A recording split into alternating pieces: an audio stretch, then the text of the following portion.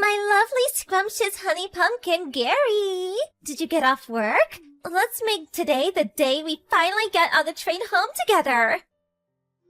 Kayla! Hey. Sorry, but I can't. I've already got an engagement with someone.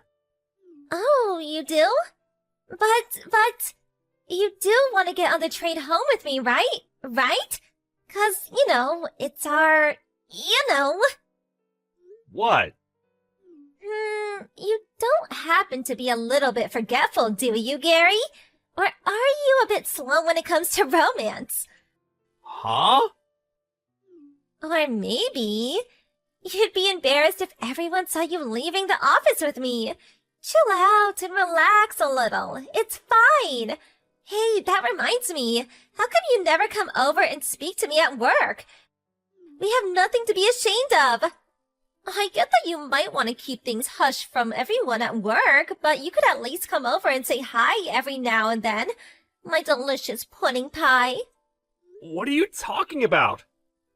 It's hardly unusual for two coworkers who join the company at the same time to develop romantic feelings for each other and start dating. Dating? Yeah! It's our 2-week anniversary as a couple today, I guess it's not that uncommon for guys to forget about anniversaries, so don't worry about it, sweetie. I'm not mad at all. No, really, what are you talking about? I said it's cool. Don't worry about it. I don't mean it like that. You and I aren't dating. Huh? The heck? I have a wife and kids. What? How cruel! Are you just using me like some cheap toy to be tossed aside? No, don't be so ridiculous. I never asked you out, I have no romantic feelings for you, and I've never done or said anything to suggest I do. I'd already been married for a year when I joined the company. Oh my god! Besides, we barely even speak, and on the rare occasion we do, it's only ever about work or idle small talk. I don't know how you've managed to convince yourself we're a couple based on that. I'm fully devoted to my wife. We were childhood sweethearts who started dating back in high school. Would you please stop saying these weird things? It's making me super uncomfortable. This can't be. What you're doing here could cause a lot of trouble for me. Please refrain from talking to me about anything other than work from now on, okay? I'd appreciate if you stopped calling me things like scrumptious honey pumpkin and delicious pudding pie, too. You have no idea how creepy it is.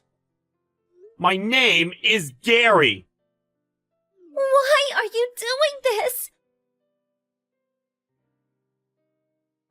Gary, my old flame, my once favorite dreamy sugar dumpling, I need to talk to you.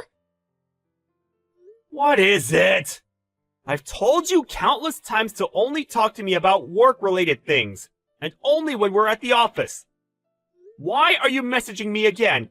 Would you please just cut it out already? Plus, I told you to stop it with the creepy nicknames. Just Gary is fine. Gary. I don't think you'll be puffing your chest out like this for long. Wanna know why? Teehee. You see, because you're so stubborn and wouldn't be honest about your feelings, I had no choice but to go and find another boyfriend. Cool. By the way, we're really close already. What would you say if I said I thought he might be the one? That's great. I hope you're happy together. What? No, wait! You were supposed to start panicking! Why? Isn't it normal to be worried when another guy takes the girl you like? Aren't you gonna fight to win me back? Nah. What? Why? I never had any romantic feelings for you in the first place. Are we done? Great.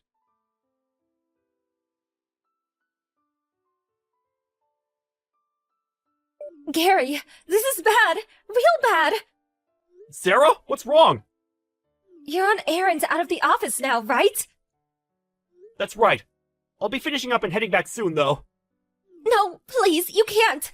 The manager told me to tell you not to come back to the office. Why not? Kayla's really gone and done it. Kayla? What do you mean? She got caught having a steamy romp with Steve, the manager from sales and marketing, in the stationery cupboard. What? Isn't Steve married?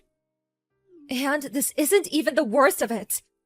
His wife must have found out about what was going on somehow, because she just stormed in the office yelling, "Where the hell is that trashy harlot Caleb Briggs?"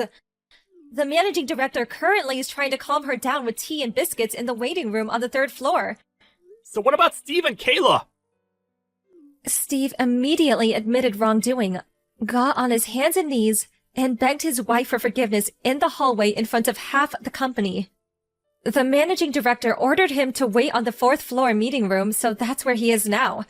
As for Kayla, she's currently barricading herself in the 2nd floor inventory management room. Judging from the sounds coming out of there, she's smashing things up in some kind of frenzied rampage. She even smashed one of our new products that was just about to be sent out for delivery, so I'd be surprised if she still had a job after this. What a spectacular mess! There is one more thing, Steve. She was yelling your name the whole time. What? I'm pretty sure everyone's got a good idea of what the situation is, so I don't think you need to worry. We all noticed a while back how she kept following you around and waiting for you after work to make advances at you. You reported her to the managing director several times too, right? Yeah. So, all things considered, since we couldn't discount the possibility the situation would deteriorate even further if you came back, he decided it would be best you didn't, at least while she's still around. I see. This whole thing must be causing you all kinds of trouble. I'm really sorry, Gary. Sorry, I don't really know how to respond to all of this. But in any case, thanks for passing on the message. I appreciate it. I'll be in touch as soon as there's any kind of development. Got it. I'm really sorry for inconveniencing you guys.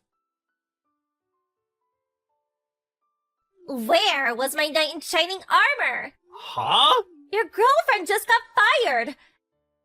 I'm being charged $15,000 because I broke some stuff, and they said if I don't pay, they'll take me to court. And if you think that's bad, the marketing and sales manager's wife's demanding $25,000 in compensation from me. Why the hell didn't you come and help me? I needed you more than ever. Because none of it's got anything to do with me. What? Use your brain, Kayla! None of this would have happened in the first place if not for your sordid tryst with Steve from sales in the stationery cupboard. He's a married man. No matter which way you look at it, treating me like I'm your boyfriend like some kind of stalker, getting yourself into a career-threatening situation, then demanding I come and get you out of it is not acceptable behavior! How could you be so blind, Gary? The only reason I did this was to force you to be honest about your feelings. The reason I made love to a married man in the stationery cupboard is because I love you. That's quite possibly the most ludicrous thing I've ever heard. The fact you have a wife and kids is irrelevant. We don't choose the wanderings of our hearts. The world of love is a world of mystery. But you're so stubborn. I had to resort to extreme measures to force you to admit how you felt. And be honest about the fact that you're head over heels in love with me. That's why I had to find a new boyfriend. What the hell? That's why you had an affair with the married sales manager? That's right. Things might have not worked out exactly as I planned, and maybe I did lose my job over it. But surely at least now you realize how much you love me. Surely now you realize how important I am to you. Tell me you do, my sweet trickle muffin. Hurry up and admit you're crazy about me. Divorce your wife and let's be together forever. I'm unemployed now, so I'm ready to be your stay-at-home housewife. It's actually perfect timing when you think about it. I'll be the wife of your dreams. Let's build a household full of love and warmth together, my chocolate love bunny. More like the wife of my nightmares. I feel like I'm in a horror movie. You're actually insane. Huh? I can't believe things got this out of hand as a result of your misunderstood delusions. Misunderstand delusions? No, you're wrong. baffles me how you can say that with such confidence. There genuinely isn't a shred of self-doubt in you, is there? How many times have I told you now that I don't have romantic feelings for you? I've literally lost count! Come on, Gary. I saw the way you looked at me. The very first work drinking party we all went to after me and you joined the company, the moment our eyes met across the table, I remember it all like it was yesterday. The fateful moment.